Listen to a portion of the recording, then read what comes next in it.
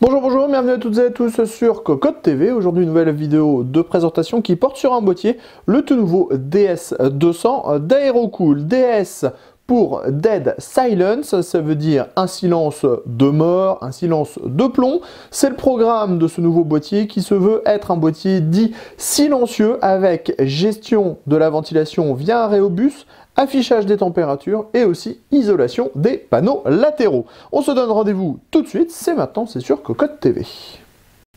Nous voilà donc devant ce DS200, un boîtier plutôt joli, surtout dans cette version bleu électrique. On a à peu près toutes les couleurs disponibles, du orange, du noir, du vert. C'est entièrement en soft touch sur les parties en plastique, c'est donc très doux au toucher.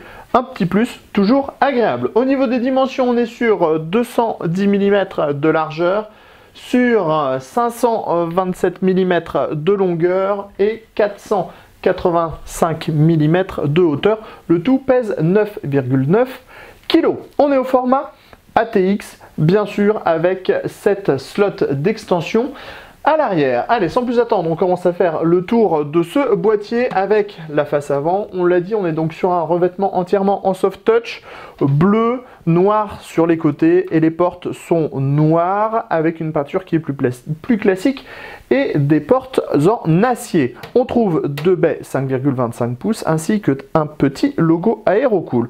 On voit des fentes tout le long de la façade, tout autour, ce qui permettra à l'air frais de rentrer et d'être aspiré dans le boîtier via un ventilateur de 120 mm que l'on trouve derrière la face avant. Sans plus attendre, on passe sur le dessus.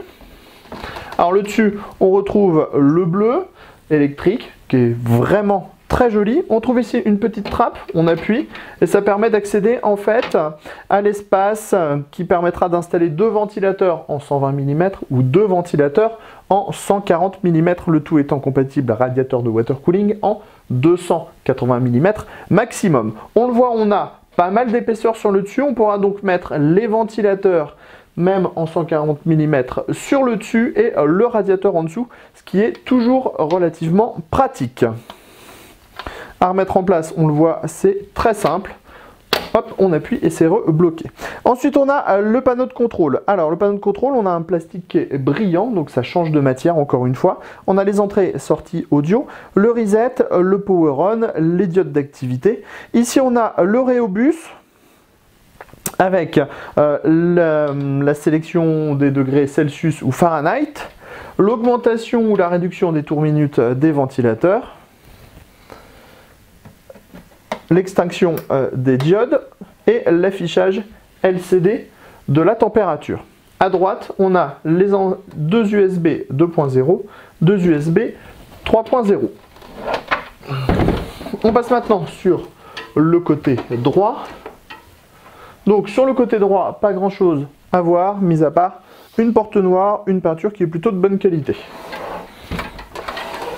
L'autre côté présente exactement la même porte.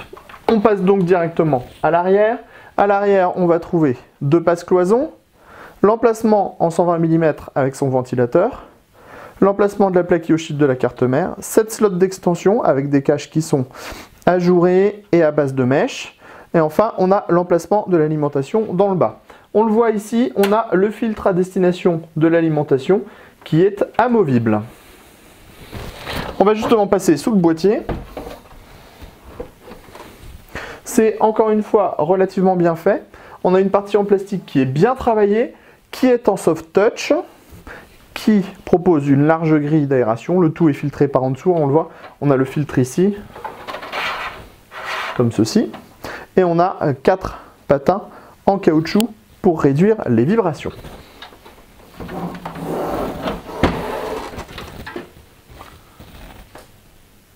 Sans plus attendre, on pénètre dans ce DS200. On a des vis à main.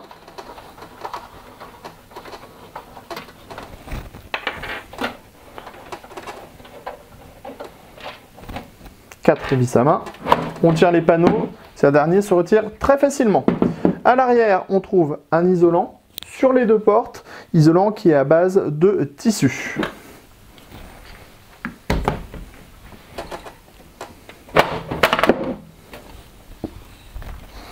Au niveau du châssis, on est sur quelque chose de très moderne avec finition black absolument partout.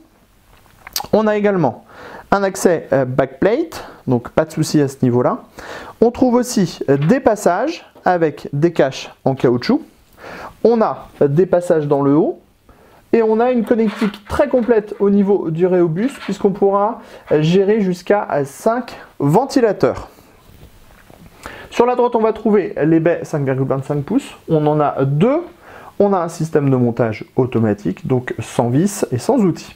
Ensuite viennent les cages HDD. On en a une première de 3 emplacements, pardon, avec des paniers. Le tout est intégralement amovible jusqu'à la cage du bas pour permettre en fait d'installer des cartes graphiques jusqu'à 410 mm. Sachez aussi qu'on a 170 mm de hauteur au niveau du ventirad CPU. On a donc 3 emplacements pour les HDD, c'est également compatible SSD. On retrouve 2 emplacements SSD et on retrouve enfin 2 autres emplacements en HDD. Dans le fond, on trouve l'emplacement de l'alimentation avec des patins en caoutchouc.